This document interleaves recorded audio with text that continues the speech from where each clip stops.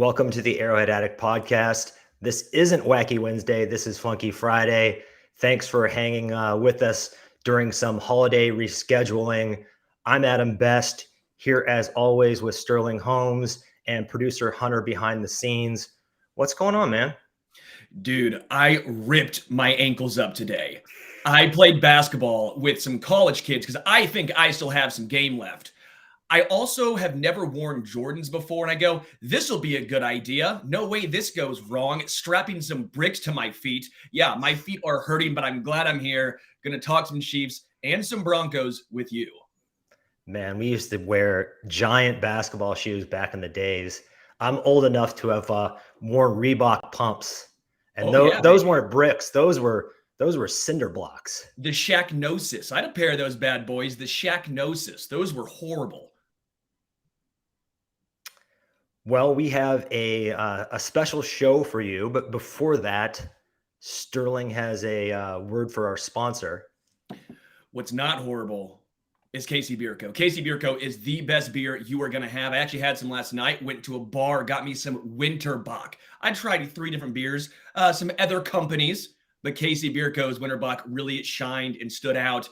If you've not had this, you guys are doing yourself a disservice if you live in the Kansas City, Kansas, or Missouri area. Look for the red box. The white box is the specialty one, the Winterbach box. I'm telling you guys right now, if you've not tried it, please go out and try it. Anytime that you guys tag us on Twitter saying you went out and bought some Dunkel, the Hefeweizen, that does us a huge solid. They see that, they respond to that. It means the world to us. Thank you guys so much. KC Beer Co., dare to beer different. Now, what if you don't live in the Kansas City metro area? Because my wife wants some of this stuff and didn't get any last time we got back. We're going to have to hit you up to ship something, man. Oh, come on, baby. I'll start bootlegging. No, I will not. I will not start bootlegging, guys.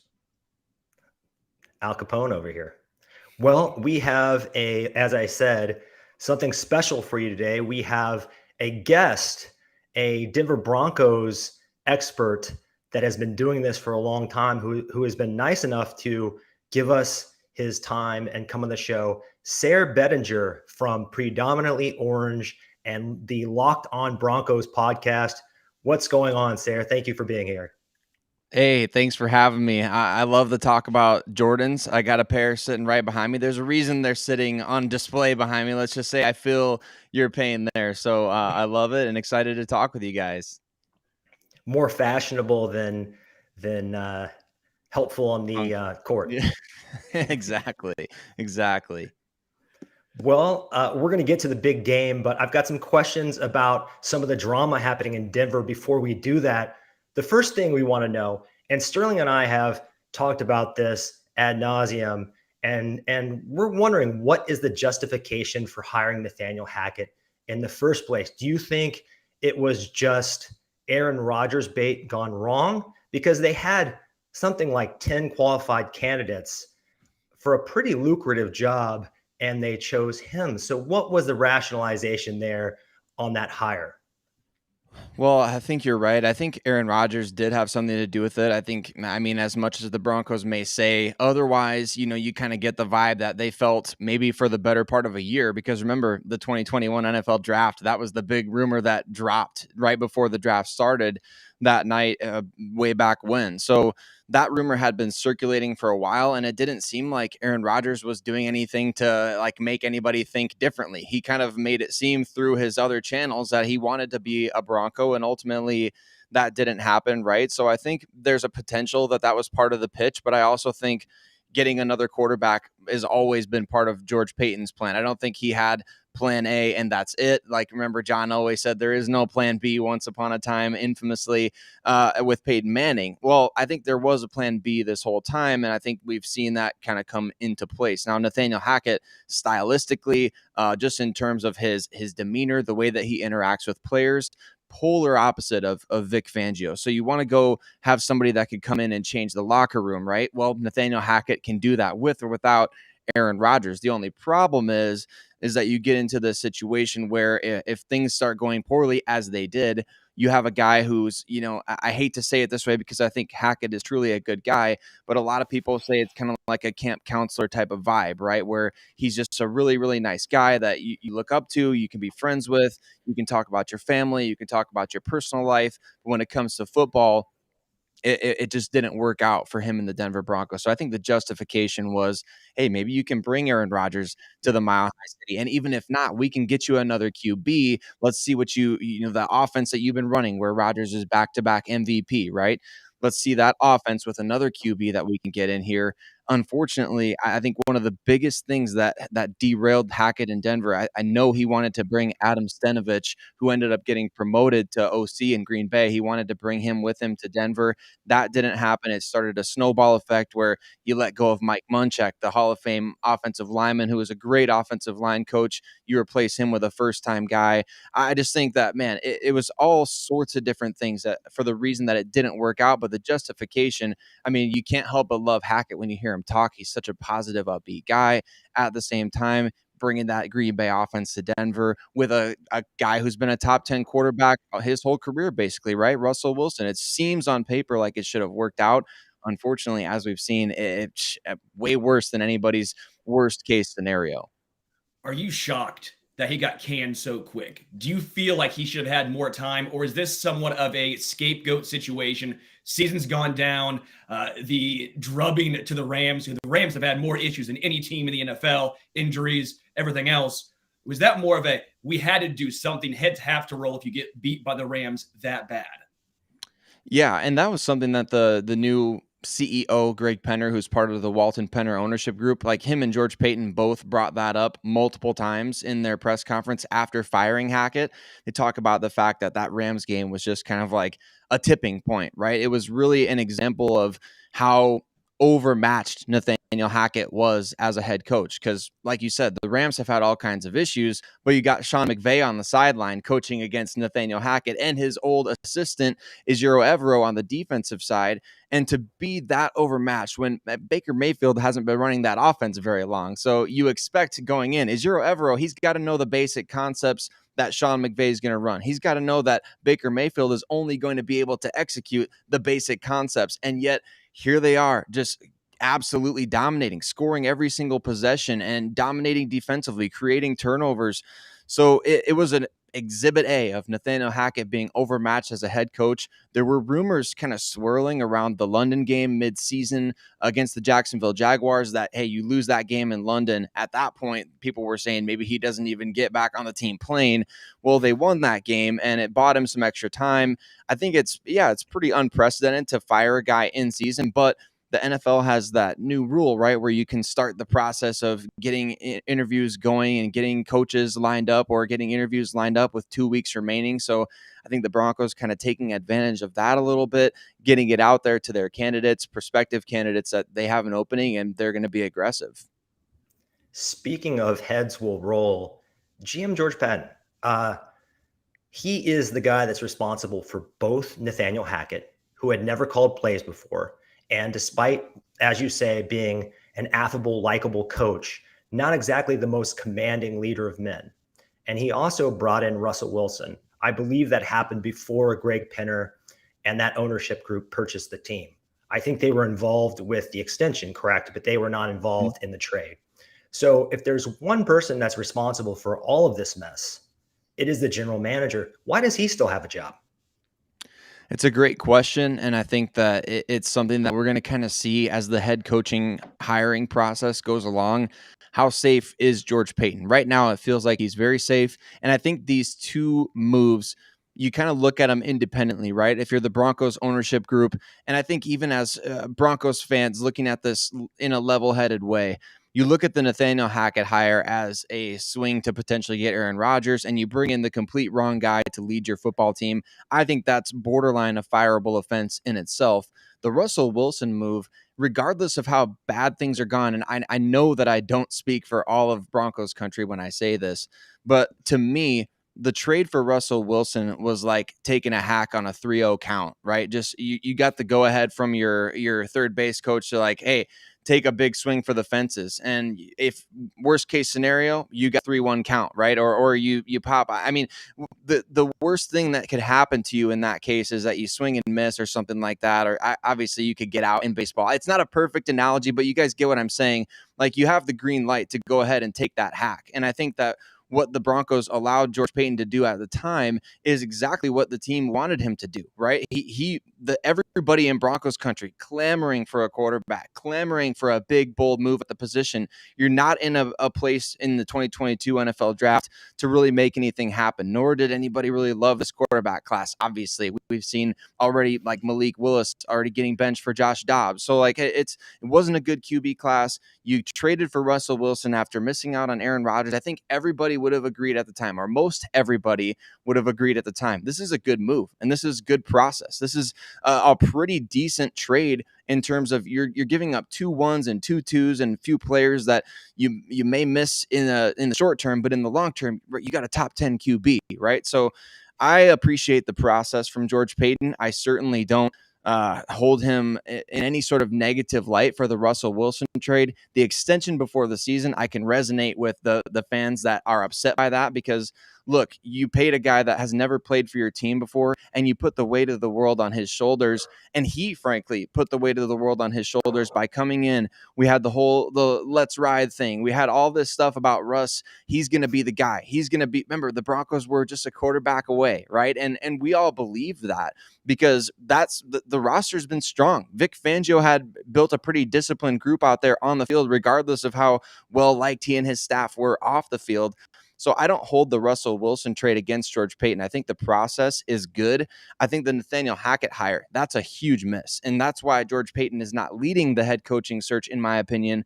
Greg Penner, the CEO and part of the ownership group, he's leading the head coaching search. George Paton will be consulting in that. But I think there's a clear reason why, right? Because like you said, you had an expansive list of candidates that you interviewed last year in the same type of situation.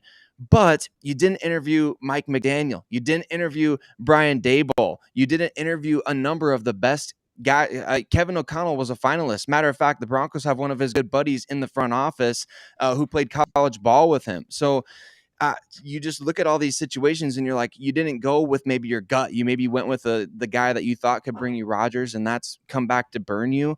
That's why George Paton, I think he's not getting fired. He's taking a step back in terms of his involvement in this next head coaching search, which I think is more than fair. But roster-wise, I think he's done really well. Well, with Penner, who's going to be leading this search, can they get a marquee head coach? I don't think Sean Payton's going to be clamoring to come here. That's why he left New Orleans. I don't understand if there's going to be a marquee head coach who sees Denver and says, yes, this is where I'm staking my name, unless they truthfully believe that Russell Wilson is just having this one bad season and he can bounce back. Who Dan do you Quinn, see? maybe? Who do you see? So to me, and I think it starts with the dollar signs, right? That's what it's all about. The Broncos ownership group just spent $4.65 billion. They invested another $100 million in future stadium upgrades. They invested $100K to send the Colorado School of Mines students out to their championship game to go watch and just be part of that.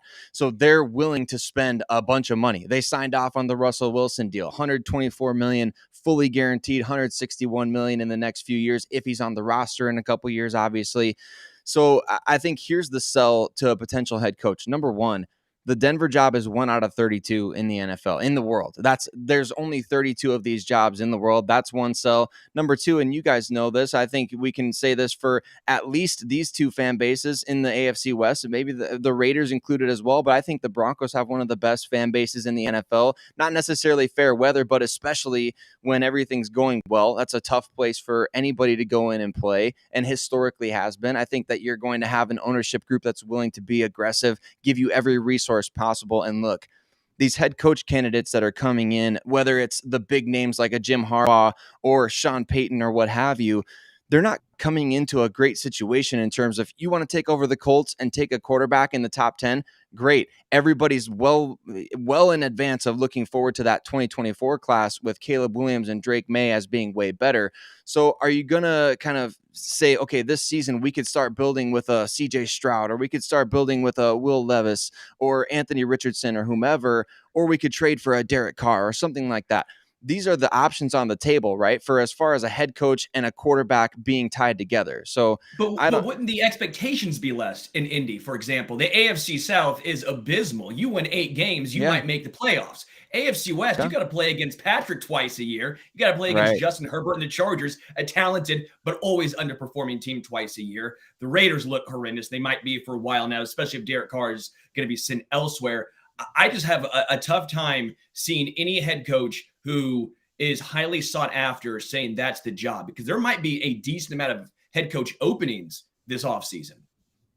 Right. And those are fair points. And I think a lot of people were saying the same thing about the quarterback situation in Denver a year ago. They're saying, why would anybody want to come be a starting quarterback for the Broncos? You got to go toe to toe with Mahomes and Herbert and Carr every year. At best, you're going to be the third best quarterback in the division.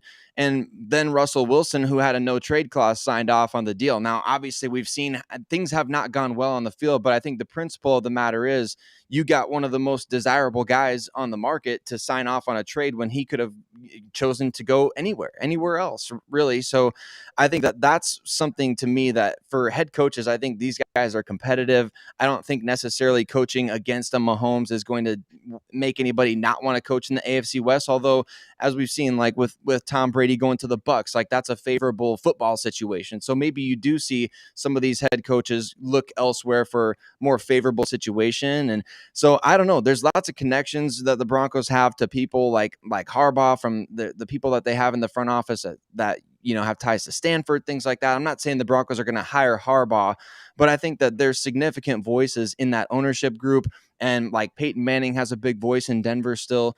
You just never know. But I think I completely agree with you. You look at this situation from the outside looking in and you say, well, why would anybody want to go coach in that gauntlet against Mahomes and Herbert? Now both guys have made the playoffs. Herbert's going to be in the playoffs this year. He's taking that step forward. And I think that's fair. But I don't think this job is going to be tied to fixing Russell Wilson, which I think is what people make this view as, well, this is going to be a really unattractive, unappealing job because you're hitched to Russell Wilson.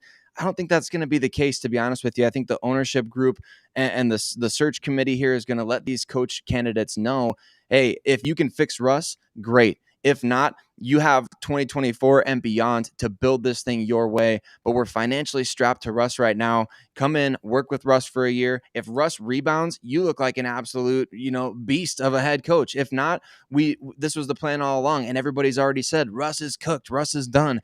So there's really, to me, I don't think there's any downside to taking this risk. You have a top 5 defense. Skill players are very good in Denver when healthy, which is hard to come by these days, it seems like. But at the same time, on paper, I think this is a good roster. I think assuming this is an anomaly year for Russ, which you kind of have to believe that, right? If you're the Broncos, but new head coach doesn't necessarily have to. So I think all that to say, it's not an unattractive job, in my opinion. Even if I, pull off the Broncos hat and pull down the helmet from behind me, I don't think it's an unattractive job if you look at it objectively. I think obviously these other jobs, like you said, a little bit less risk attached, a little bit more, you can kind of put your stamp on things quickly, but I don't think Denver is a bad job at all. You mentioned Greg Penner basically coming out in his press conference and saying this next coach is not necessarily going to be tethered to the fate of Russell Wilson. I think that was smart tactically, but for the sake of an intellectual exercise, let's just talk about salvaging Russell Wilson. From outside looking in, it seems like there's been a lack of accountability, and that in Seattle, the situation was let Russ cook, but in Denver, he's cooking too much. And it appears that Pete Carroll was doing the right thing to rein him in and to have some boundaries, both from a leadership perspective and a play calling perspective with this player. Do you think bringing in a strong personality in terms of a coach, and then maybe in terms of a quarterback, not an official quarterback competition, but maybe an unofficial one, you bring in Jacoby Brissett, who has done really an admirable job of handling a difficult situation in Cleveland, right? and is beloved by his locker room there and across the league, really, or someone like Andy Dalton? Do you bring another quarterback in to kind of keep Russell in check? I think yes to both. I think you bring in a strong personality, somebody that Russ has to answer to every day. Obviously, not that he doesn't have that, but I think with the dynamic that I've talked about on Locked On Broncos throughout the season, what it kind of feels like from the outside, I don't know this for a fact. What it kind of feels like, and we kind of saw this when Mike Purcell screamed at Russell Wilson on the sideline, the video that went kind of viral in the football world. You don't necessarily know, is Nathaniel Hackett willing to say the hard things to Russell Wilson, or is it just like a kind of like okay, if I mentioned it once, I gotta step back because Russell's the guy, he's the $245 million guy, he's the man here, he's the one leading the charge, which I think from the outside looking in, it kind of appears that he has been this whole time. He organized the offseason workouts with his guys in San Diego. He's got the office at the facility, which I think those can be very good things when it results in winning. And it's like Jerry Jeudy said on Twitter, like the Broncos are losing right now. So of course this stuff is all getting blown up. But I think you're absolutely right. If you have a coach that can rein some of this in and really just bring it back to, okay, we have to pull back in this area, or we have to stop doing this on game days, or you have to, work within these certain parameters. I think those are absolutely things that Russell Wilson needs to be successful, which is why I think a lot of Broncos fans really want a guy like Frank Reich in the building, somebody who's worked with a lot of different quarterbacks throughout his years, somebody who's, he's been with Peyton Manning quite a bit and done a lot of different great things at the NFL level, somebody that really could work well with Russell Wilson. I think it's going to take a great marriage between two coaches. The coach has to be the guy that Russell answers to, right? It's not the Russell Wilson offense. There were some people out there that thought, remember the debacle week 1 against Seattle late in the game with game management. Some people think that it was Russ calling the game at that point. Like he's controlling game management. So Nathaniel Hackett, I mean, he was not, I don't know that he was necessarily a yes man. Again, I can't speak directly. I'm not in the building every single day, but it just seems the perception from the outside looking in like that is what the Broncos need. And to the quarterback question, 100%. The Broncos need a better contingency plan at QB. Russell's got a hamstring injury. Okay, you can throw Jacoby Brissett in the game. Russell's got a torn lat. Okay, we can actually play Jacoby Brissett and not say we're tanking with Brett Rippon out there, because all due respect to Brett Rippon, it's not like you're going to have him go out there and try to get you into the postseason, right? So I think a better contingency plan, somebody to actually push Russ, which he hasn't had a ton of that throughout his career, has he? Not a lot of big name backups for Russell Wilson. So I think both of those things are very necessary. Absolutely. Yeah, throw more money at a backup quarterback. That's the solution. I just don't see how throwing more money at a major issue is going to solve anything. No one's trading for Russell Wilson. No, you can't cut him for realistically, 3 seasons at least? At least 3 seasons. The best Maybe hope 2. is the best hope is to legitimately try and get a young quarterback. Hear me out. A Zach Wilson, you can get for nothing. They should have kept Drew Lock, because Drew Lock, I think, could have at least pushed, and you would give some fan base hope with a young gunslinger out there. But to me, the reason why Russell Wilson, I don't see him bouncing back, and it's a little off topic here, is he's not scrambling anymore. I noticed it early on in the season. If he's not going to extend plays with his legs, if he's not going to put himself in harm's way, he's not the same guy. The deep ball is still nice. I'm not saying he doesn't throw a lovely deep ball still, that moon ball, whatever he calls it. It's great. But if you're not going to extend plays, if you're not using your legs, I'm not saying he doesn't care, but it almost gives I got my money, I'm not getting hurt. From an outsider's perspective, I see a little bit of that. And ironically, he's been hurt a lot this year, Yeah. right? He had the concussion against Kansas City. Like I mentioned, he had the hamstring issue, had the torn lat that he was playing through. I don't know what else he's been dealing with, but I think that health-wise, it's been a problematic year. And I think has been since very early on. And that's the reason why we haven't been seeing a lot of the scrambling and having to work more from the pocket, because I think Russ has been playing with, an injury. And I don't necessarily know exactly how long, but I know he did have a hamstring that kept him out for a game at one point, and he had to miss some time there. So And that was when he had made the comment about the Wolverine blood type of stuff. But I think you're right about drafting somebody or bringing in a young guy, which I like that idea, because I think that you go into next season assuming that you have 3 quarterbacks on the roster, one guy that you think could be a good fail safe, another guy that you feel like you could actually develop. Because look, this is heading towards the way that Russell Wilson played in 2022, you can't bank on him necessarily being great in 2023, right? You can't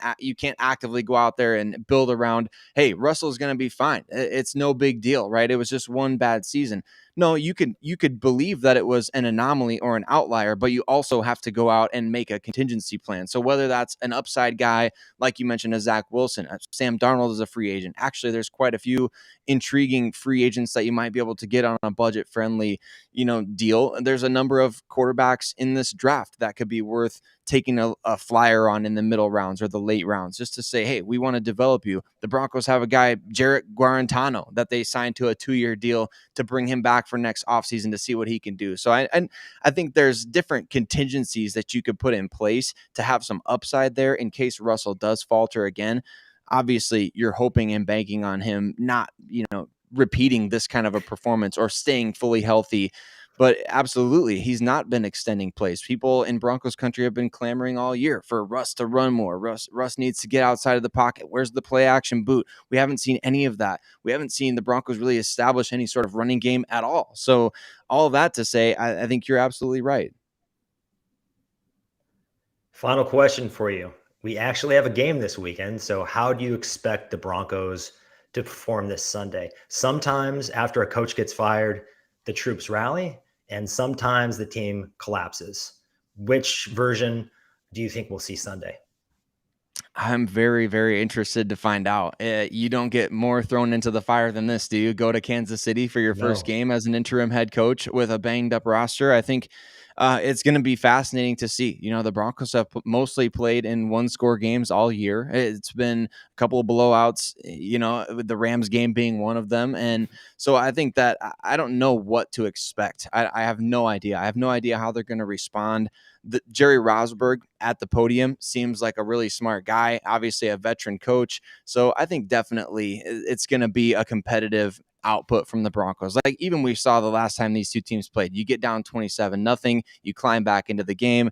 But I think the Broncos are going to come out and play hard. They're going to rally. I don't necessarily expect them to win. I think that obviously, I'd be lying to myself if I said, oh yeah, the Broncos are going to go out there and win a game on Sunday. The Chiefs are playing for a number 1 seed in the AFC at home, and the Broncos are a way worse team right now. But like you said, you never know when the interim that always seems to happen at least once, like the rally around the interim coach game. So I mean, heck, it would be awesome to see the Broncos end the streak. But at the same time, as you guys know, the Chiefs are way healthier at this point. They have so much more to play for. It's going to be interesting, though. I do think the Broncos are going to be competitive. I think the defense is going to be very upset about the way that they played against the Rams. I think they're going to come out and play very hard against the Kansas City Chiefs.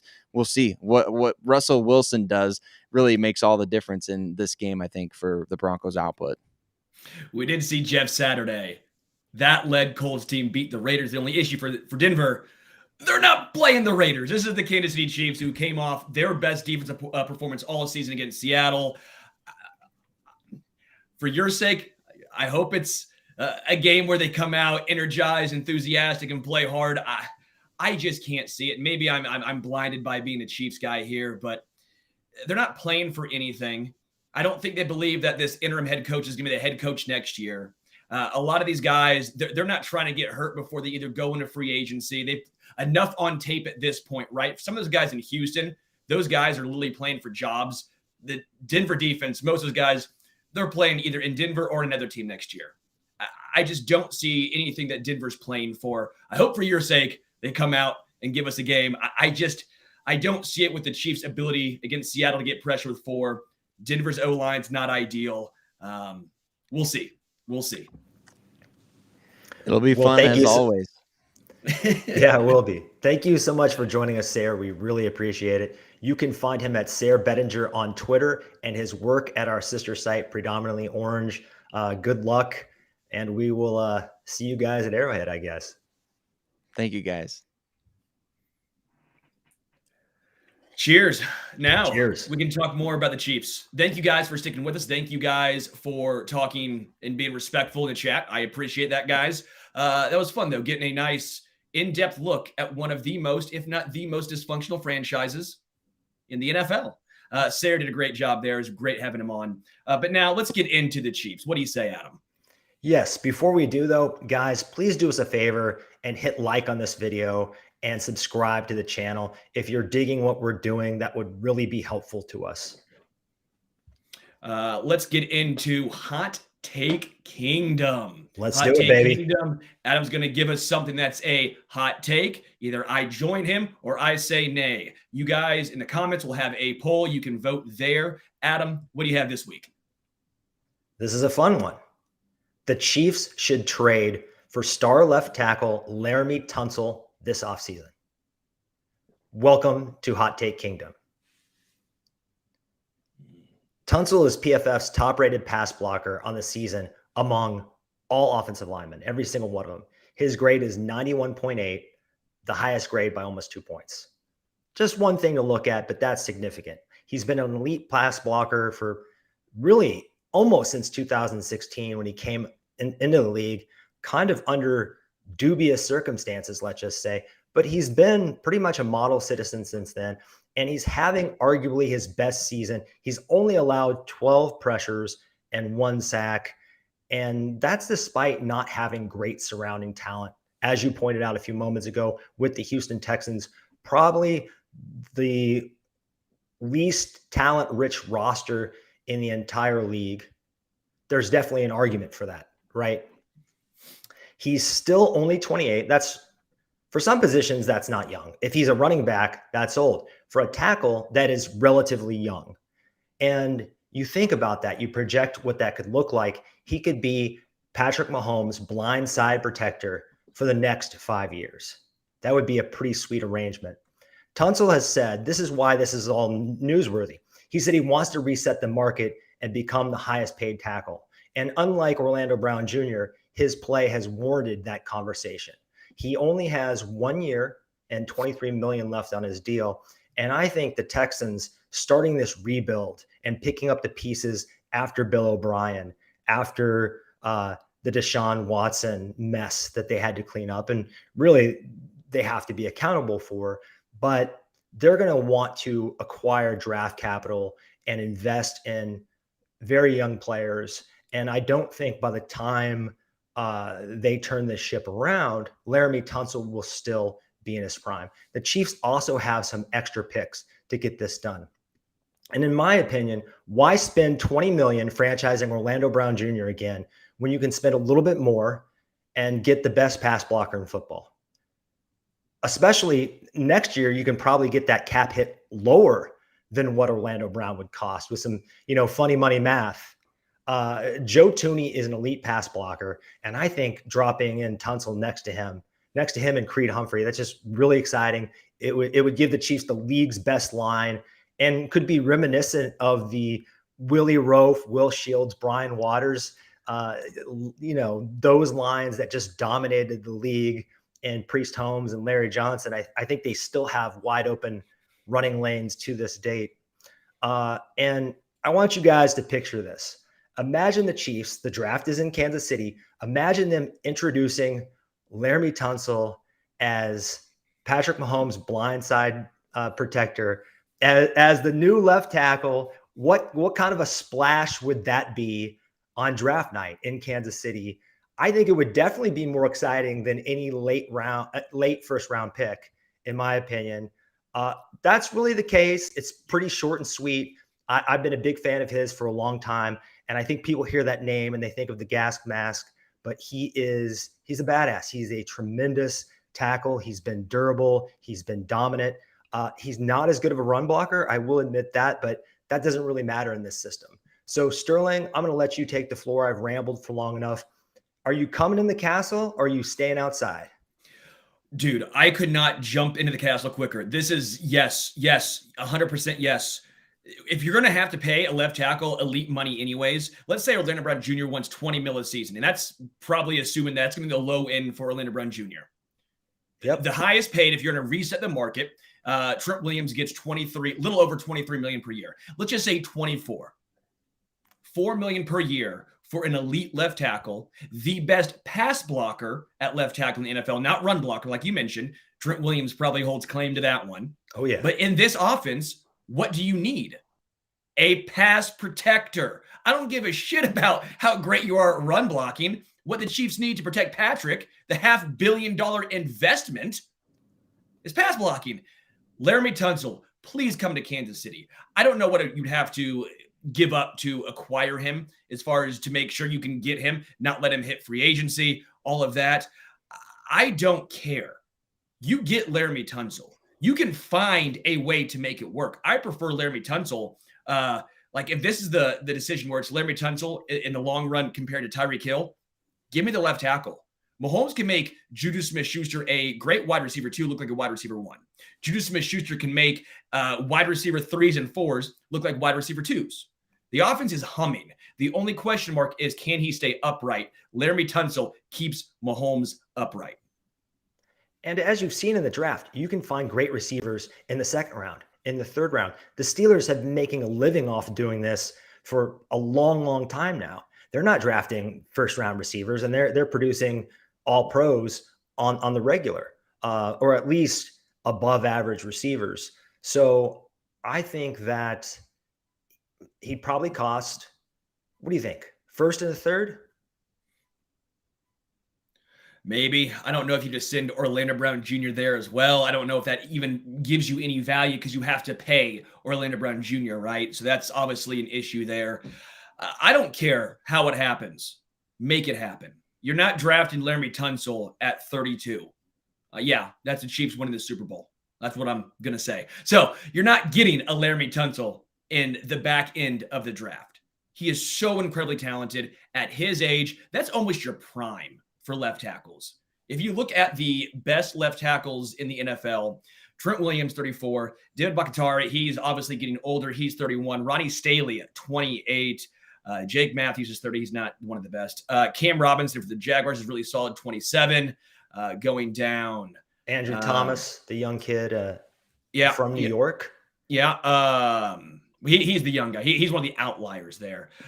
Jordan, I butcher his name every single time for the Eagles. He's 25. He's one of the younger guys here. Armstead for the Dolphins is 31. Just a lot of these guys really hit their prime at this age. He's not too old. He can be serviceable. He can be elite for 4+ seasons and serviceable for a couple more. Come on. Bring Laramie Tunsil to Kansas City. Protect that $500 million. We are partying in the castle tonight. And this isn't exactly relevant to this week, but when you are the Kansas City Chiefs, you can't only see what's 4 inches in front of your face. We are playing chess. We are trying to build a dynasty. We have to think 17 moves ahead. And I think Veach is thinking ahead. And franchising, giving Orlando Brown the franchise tag bought him more time to make this decision. I am not in love with this draft class when it comes to tackles. The free agent market, I don't think you're going to find anybody like him. The Trent Williams hitting the market was an anomaly. Guys like that normally do not hit the market. I don't know if it was because of his age or because of his health history or what. He did not want to play in Washington anymore. They did not do him any good there. They were not on the same page. There was a couple of issues going on. Did he get traded to San Francisco for a season, and then he hit free agency, I believe? Whatever it was a horrible situation he wanted to leave. I think it came down to he was just not going to play any longer for Washington. It was almost an ultimatum. Can you blame him? I mean, look at Daniel Snyder and that the controversy, the subpar play. I would want nothing to do with the Commanders franchise. I don't blame him. But and that's the same thing with Laramie Tunsil. It doesn't make sense for Houston to re-sign a guy when there's so many issues. You need to figure out so many other positions. Give yourself the best chance at landing a top-end quarterback. You get a first-round draft pick. See if you can package to move up in the draft, although you might probably get 1-1 anyway, so it won't matter that much. But give yourself a chance. It makes sense for Houston to try and get a lot for Laramie Tunsil because there's going to be a lot given up to acquire him. And similar to the Tyreek Hill deal for us, it's not just the draft capital that comes back. It's that that $25 million that Laramie Tunsil is going to cost, you can spread that out across the roster and not have so many holes. I mean, they have more holes than any team in the league. And I think they're going to be focused on plugging as many as they can this offseason. Yeah. Yeah. So yes, I am all in, Adam. I 1000% am with you. Love it. Love it. Let's move on to a new segment. And I think this is going to be fun. It's time to start looking ahead to the playoffs. We've clinched. Some other teams have clinched. We don't know if we're going to be the 1 seed. Fingers crossed. Go Bengals. It makes me like want to gag to say that. But dude, I said who day. Who? Oh, don't do it. It hurts. It hurts. Like you get kicked in the stones. I hate it. I hate it. But we need it. We need them to win. We really do. So who knows if we'll be 1? I almost think it's certain that at worst we'll be 2. But you really want that 1 seed. And what we're going to do here is the AFC Playoff Scary Index. We're going to rank these potential AFC playoff opponents from least scary to most scary. And we have 9 teams. So Bengals, Bills, Jaguars, Chargers, Ravens, Dolphins, Patriots, Jets, and Titans. And I don't know. I guess we can go ahead and cross the Titans out of here. Well, hey, okay. Last night didn't matter. All they have to do is beat the Jags, and I think the Jags look a lot better than them. But that franchise, 1 game, Mike Vrabel against the Jags. It's possible. It's against Kansas City. Okay, least scary to most scary. They're the least scary team. They're not good defensively outside of 3 really solid players. Their offense is cheeks. They have no quarterback. Good job by Dobbs, by the way. He filled in nicely, but they're just not good. That's not a good team. They're the least scary team. They are an oozing staph infection. They've lost a half dozen games in a row. They just don't have anything going for them. Much love to Derrick Henry, great player, but that roster is looking pretty thin at this point in the season. Lots of injuries. Their secondary is totally depleted. They lost their left tackle, I believe. So let's put the Titans as the least scary team. I will throw 2 more teams in here just as far as 7 and 8 because they're 7A, 7B, Jets and Patriots. Jets have a great defense, legitimately good. Mike White against Mahomes, really Mike White against Mahomes. They have some good receivers. They're not a horrendous team, but they're another year or 2 away from really making noise. If they got Derek Carr, it's weird saying if they got Derek Carr, they'd be a legitimate 10-11 or Jimmy G, given the connection to Robert Saleh. I don't think Jimmy G's any good. I think Derek Carr is much better in my opinion. I think we've seen what Brock Purdy has done. We've seen what Nick Mullins has done in a San Fran offense at quarterback. CJ Beathard, it's that Shanny system, right? Jimmy G ain't doing nothing. It's not him. That's the system. So I'll go 7A, 7B, 7 and 8 with Jets and Patriots. Okay. I think I'm in agreement with you, but the Dolphins, a lot hinges on the health of Tua. If he's in there, they become easily more scary than those 2 teams. But if he is not playing in the playoffs, that Jets defense is kind of scary. Throw him in there too. We'll go 6, 7, 8. We'll go that whole division, pal.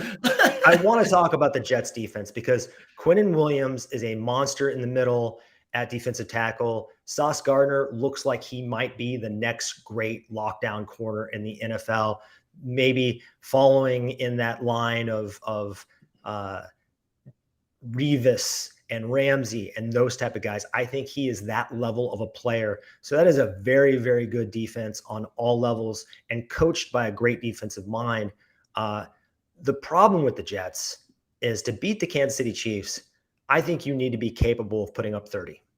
And I just don't see it. And so that's the same with the Patriots. And while the Dolphins are a little bit more scary to me, Tyreek Hill can take, and Jalen Waddle, for that matter, can take it to the house at any time. So I do think that's a team, maybe even with Teddy Bridgewater, that theoretically could put up some points.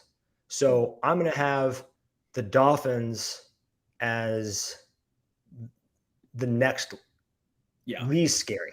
We're in agreement. So Dolphins, Patriots, Jets, and Titans, they are out. That leaves Bengals, Bills, Jags, Chargers, and Ravens.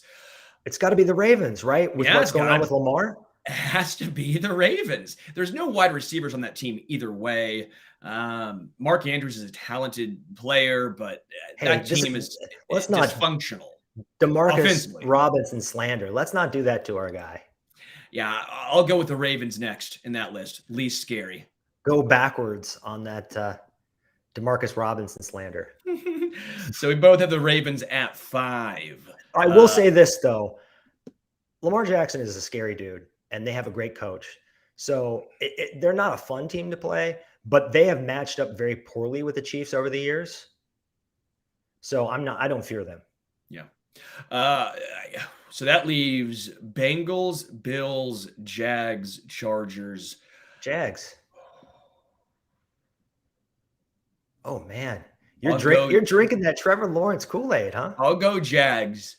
I've been a massive fan of Doug Peterson. Yeah. I've been on record a lot saying Doug Peterson was unfairly treated in Philly, but also you can't fault the Eagles because Nick Sirianni's done a great job. But Doug Peterson was the perfect guy, that perfect head coach to take over the dysfunction that was left in the wake of Urban Meyer. Doug Peterson is doing a great job with a young, talented, right? The talent was never questioned with Trevor Lawrence, but it was how can you reach Trevor Lawrence? Peterson's reaching Trevor Lawrence. There are some decent wide receivers. As much as I've ripped on the Christian Kirk signing, Christian Kirk's been a bona fide elite wide receiver 2, if not a back-end wide receiver 1. He might even be a mid wide receiver 1 this season. He's been very, very good. Whoa. Evan Ingram has been outstanding in recent weeks. Zay Jones and Travis Etienne, they're actually using correctly. Jags aren't bad, but I think they're just behind the Chargers. The reason I had to think about it is Trevor Lawrence is starting to look like a generational talent. And if you had to rank offensive play callers you don't want to see in the playoffs, Doug Peterson has to be in the top 5. He's going to throw some things at you that you don't want to see. So that's why they're a little bit scary to me. But I agree with you. The Chargers, the fact that Justin Herbert is a more proven commodity than Trevor Lawrence, and they have some real dudes. I mean, Derwin James is one of the better players in the league. They might get Bosa back. They might get Rashawn Slater. This is a good team. Keenan Allen, Mike Williams, they seem to be gelling at the right time, and they always play the Chiefs tough. Both of the games this year have come down to 3 points. And then the last game of the previous season, we all remember the walk-off Travis Kelce catch and ramble that won the game in OT. So they always play us tough. We also remember Mike Williams.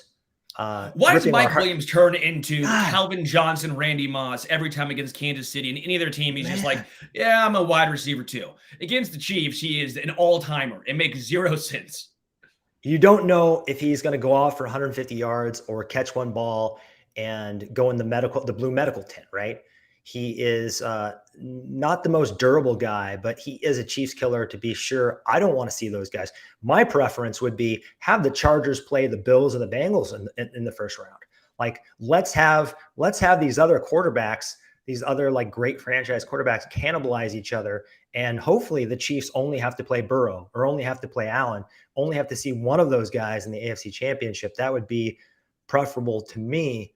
So now we have the big discussion. Bengals or Bills. And I go back and forth on this.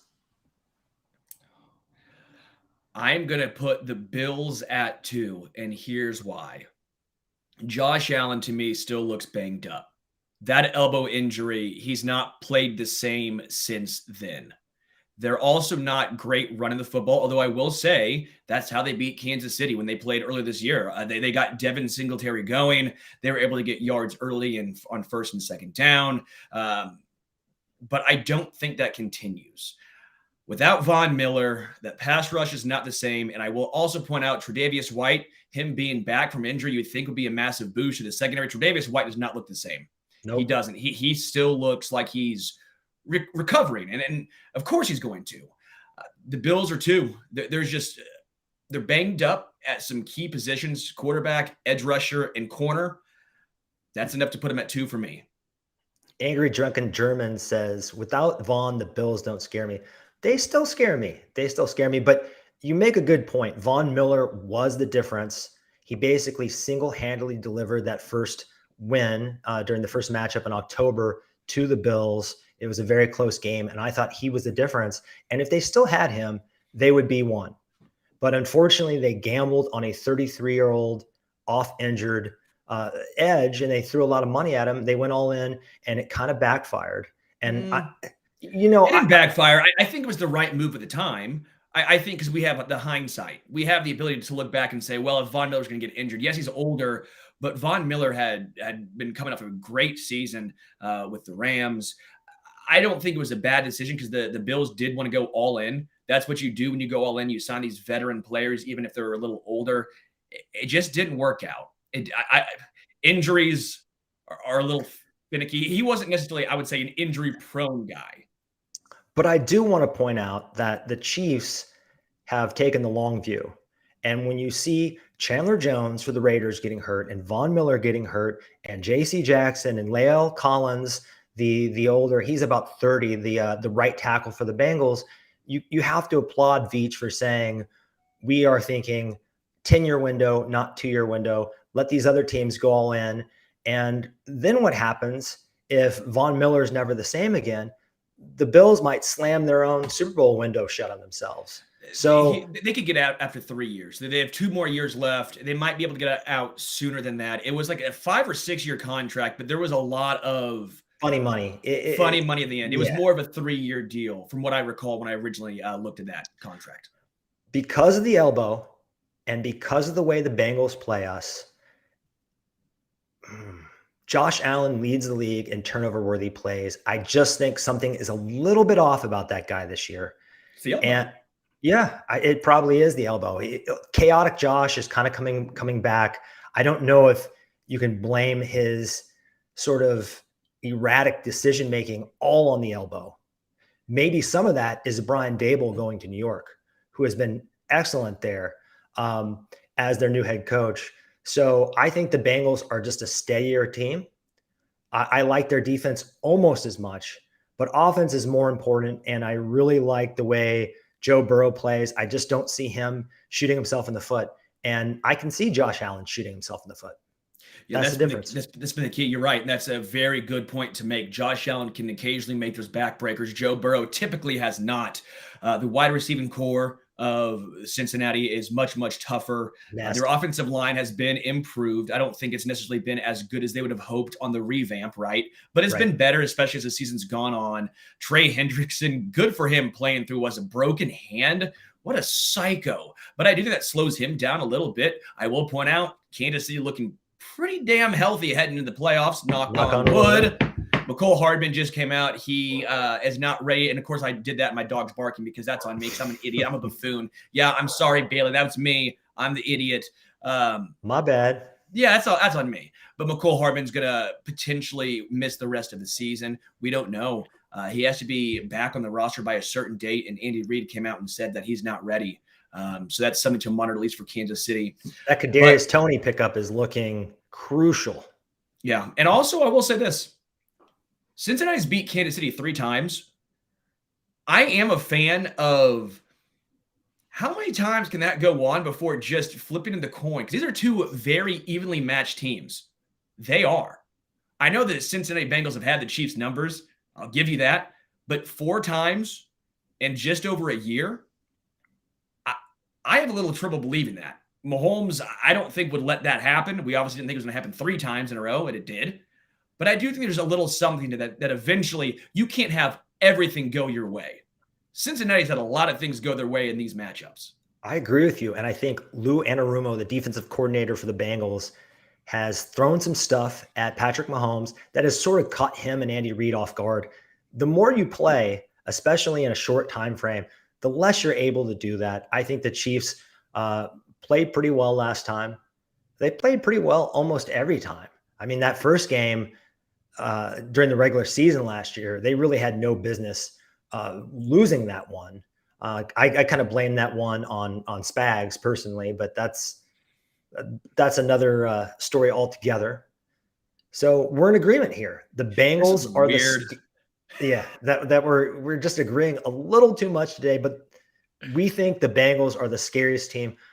I think even if you throw in the NFC, I am more scared of Joe Burrow than Jalen Hurts and co.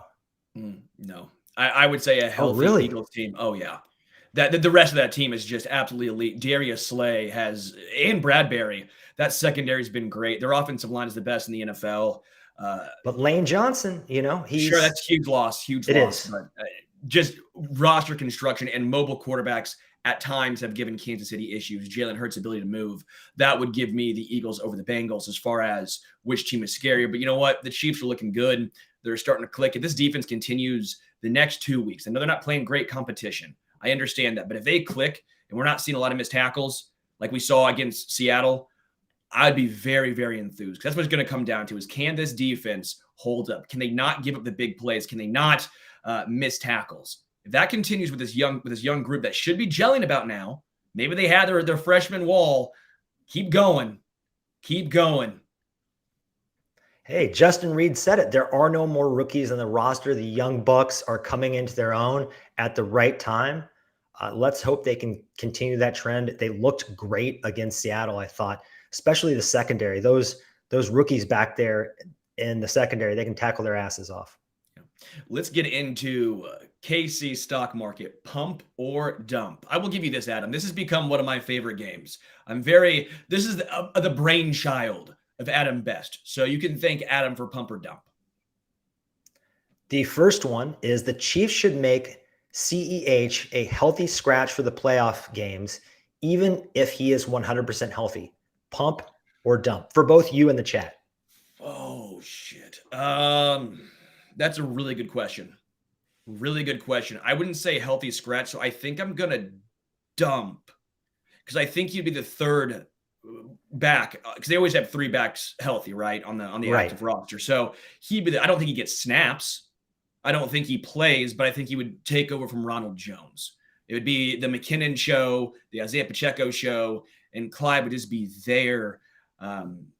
I think Ronald Jones would be the odd man out, and I don't think Melvin Gordon's gonna be sniffing it unless Melvin Gordon decides to be a healthy call-up for this game against the Broncos.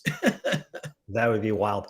I'm actually pumping here. My fear with Clyde Edwards-Helaire is always that the draft capital will motivate Andy Reid and co. to give him more playing time than he has earned.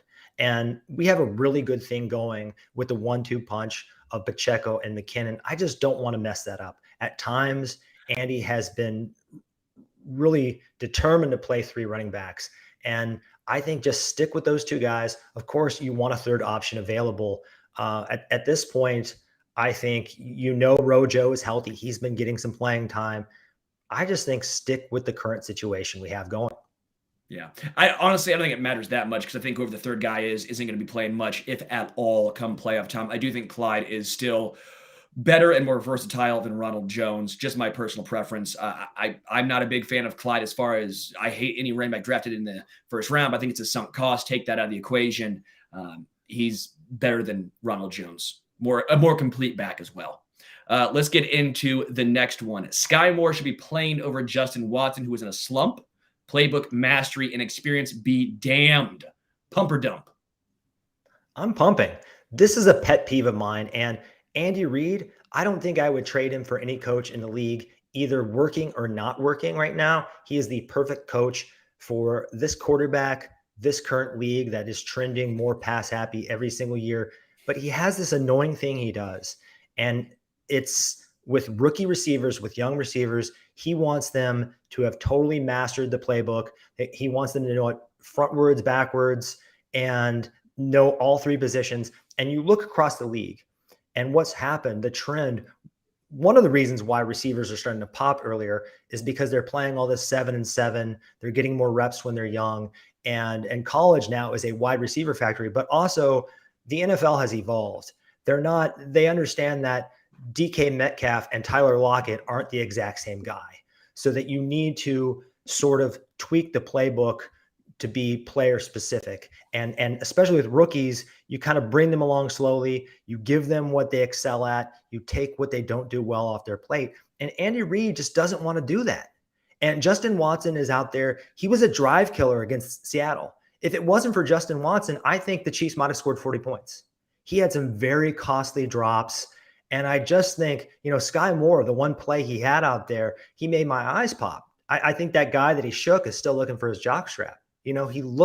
He shows flashes, and we invested a second rounder on this guy. Sunk cost. He's a good player though. And if he's going to be a contributor, especially with McCole Hardman looking iffy, if he's going to be a contributor, we need to get him more reps. I say dump, and here's the reason. It's not that I don't want to see more Sky Moore. I would love to see more Sky Moore, but they don't play the same position, in my opinion. Yes, they're both wide receivers, but it's not the same.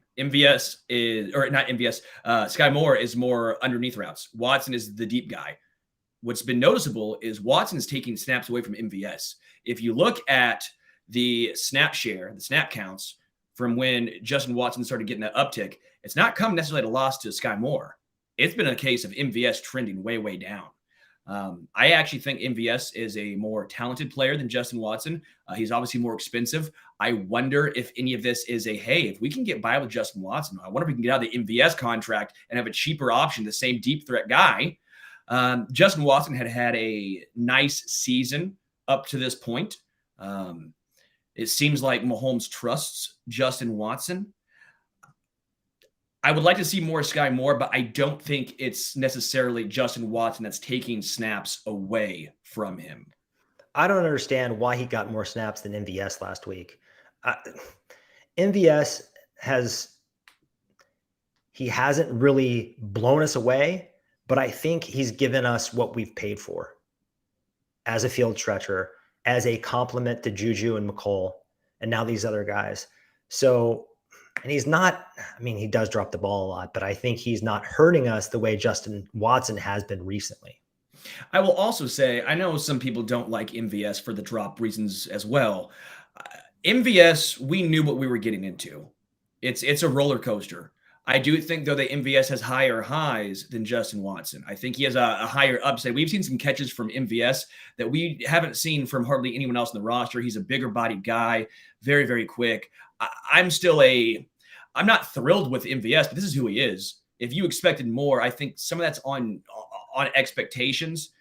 To me, MVS has met my expectations. This is who I thought he was. He's been fine. He's not a consistent player by any means, but you're hoping Sky Moore becomes a consistent guy, and MVS you could keep as the old unreliable.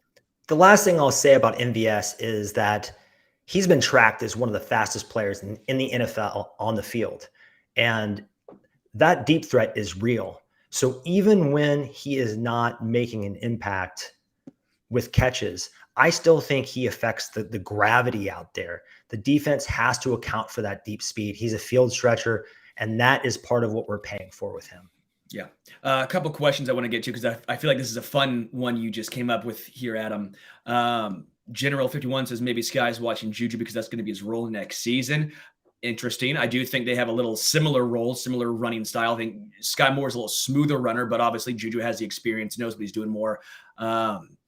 Angry Drunken German says MVS is exactly what he was in Green Bay, and that's not impressive. I agree. He's a little better than he was in Green Bay. I'm not saying he's been extremely impressive, but this was my expectations of him. I didn't have extremely high expectations of MVS. If he gets 800 yards, 750 yards, that's fine as the third option on a team. And this is with his snap share going way, way down. Jerome Bunker says Justin Watson able to track the ball well. I'm not sure Sky Moore is better. I also saw Lucas down there. He had an interesting take. Basically, he said, get your best guys, your best players on the field, your best pass catchers. Doesn't matter if you don't have the downfield stretcher, right? If you don't have Justin Watson or MVS in the field, you can still get by with Sky Moore.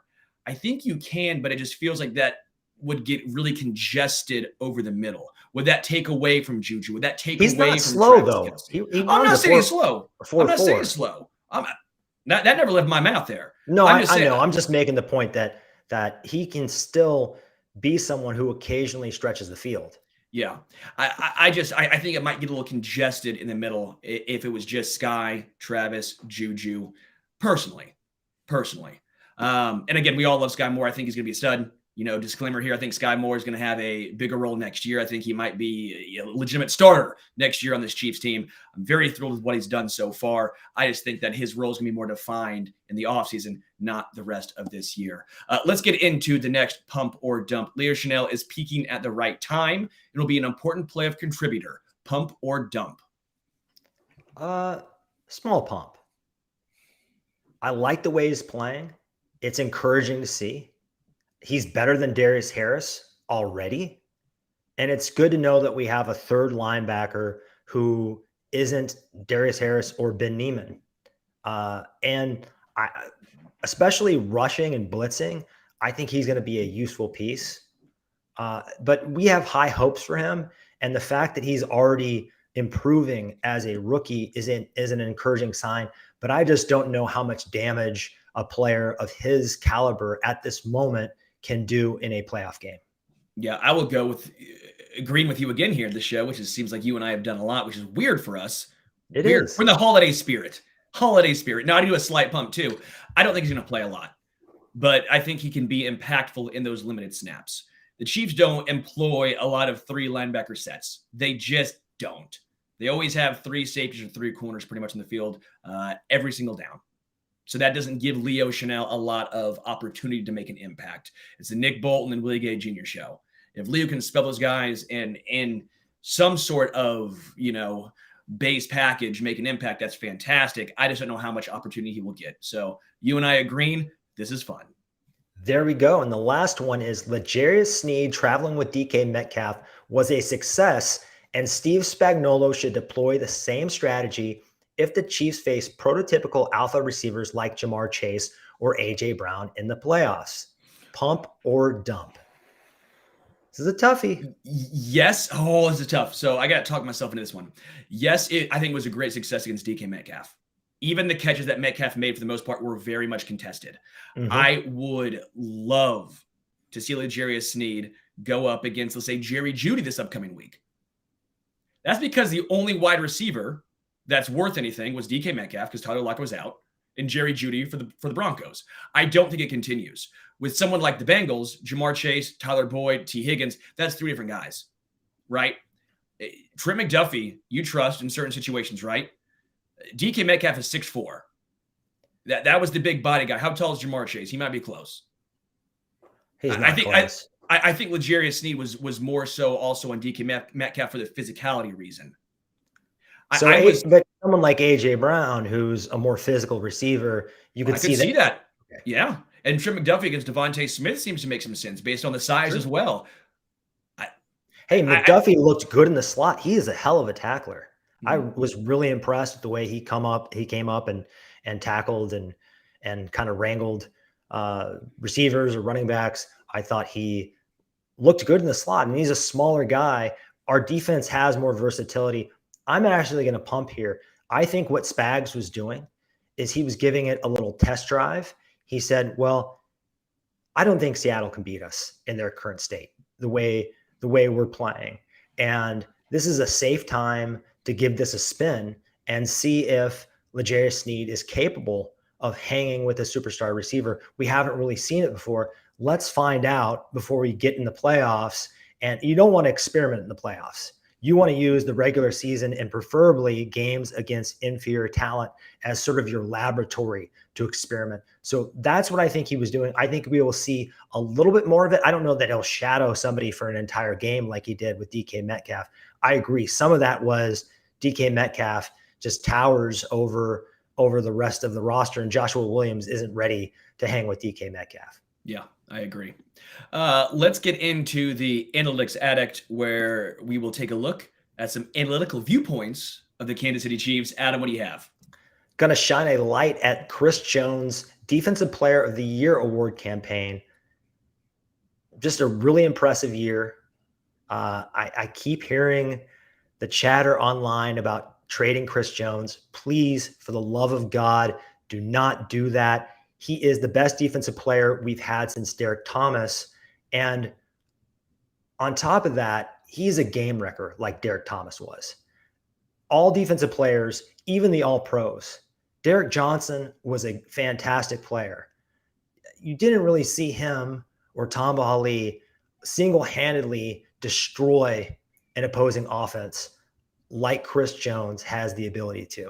You think back to the Super Bowl, you think back to that Dallas game last season, and really he was doing it last week. Geno Smith looked like he wanted no part of big number 95. So let's dig into the stats here. He's 7th in pass rush win rate, according to both ESPN and PFF. And he's only behind exclusively edge defenders who, think about that position versus the interior. They are not eating double teams as often. Now, some of those guys do get doubled, like Myles Garrett, but not as often as Chris Jones. He's also 3rd in hurries and top 10 in sacks, which is very impressive for a defensive tackle. And he has improved as a run defender. He already has more run stops this season than he had all of last year in 2 extra games. So I've been impressed with just his consistency this year. Maybe it was the first Hot Take Kingdom ever. I said he was a top 7 defensive player in the league. And you rightfully pointed out, well, he hasn't been really as consistent as some of these other dominant players. And I think the big step we've seen in his maturation is that he now is consistent. He, week in, week out, he is one of the most dominant players in the NFL. And it really has saved this defense's ass. Yeah. I don't know if he gets DPOY. I think it's close. I just don't know if he's going to be able to get it. It feels like sack numbers are a huge indicator. It might go to a corner. I wonder if Sauce Gardner gets any sort of, as a rookie, any sort of love in, obviously New York as well, a big market. Chris Jones has been unbelievable this season. My question mark was always consistency with him. He's been consistent game in and game out. Massive fan of Chris Jones, what he's done this year. He's answered all the calls. I'm hoping he can continue this up into the playoffs. But Chris Jones, man, hat tip to you. Chris Jones, without him on this defense would be abysmal. True that. I agree with you, though. He probably won't win the award due to playing in Mahomes' shadow. Because Mahomes is going to win MVP. So it's hard to give one guy MVP and then another player on the same roster Defensive Player of the Year. I will say, though, that I think the surrounding talent around Jones compared to Micah Parsons or Nick Bosa or even Quinnen Williams, who plays the same position, Jones just doesn't have as much talent around him. And I think that is part of the argument. I don't think it's going to be a winning argument. But for me, that's why I think probably his value to this defense might even be more valuable than say Nick Bosa is to the 49ers, because without him, we just don't have enough dudes, He's the only elite player, I would say, on this defense. I think Nick Bolton's very, very good. I don't think he's elite. I think L'Jarius Sneed is bordering that, but I think he still falls into the very, very good category. Second team All-Pro, not first team All-Pro. Yeah, I don't know if he falls into that. We don't know about Trent McDuffie, obviously, question mark. Safeties, no. Defensive line, who else are you going to put in there? I mean, George Karlaftis has been the most consistent probably guy, and Frank Clark has had a nice bounce back season, but those guys are nowhere near elite, especially Karlaftis not yet. It's Chris Jones. I mean, he's the only guy, he's the engine on this defense that makes it work. So I'm with you as far as the talent level on surrounding other players like Quinnen Williams, Sauce Gardner. You can even make the case for DJ Reed. DJ Reed's had a very nice season in New York as well. Yeah, definitely. Let's move on to our parting shot and get you guys out of here. In the pre-Mahomes era, dating all the way back to 1960, the Dallas Texans / Kansas City Chiefs had 5 12-plus win seasons total. As a starter, Mahomes has won 12 or more games in all 5 seasons. I got down on my knees and prayed for a homegrown franchise quarterback for damn near 40 years. Sure, most fellow Chiefs fans felt the exact same way. The universe responded by sending us the Michael effing Jordan of football. Sometimes you simply have to pinch yourself and ask, is this real or am I living in a simulation? Because it's almost too good to be true. Almost. Guys, thank you for being with us on this Friday. Let's go out and beat those damn Broncos this weekend. Go Chiefs, baby.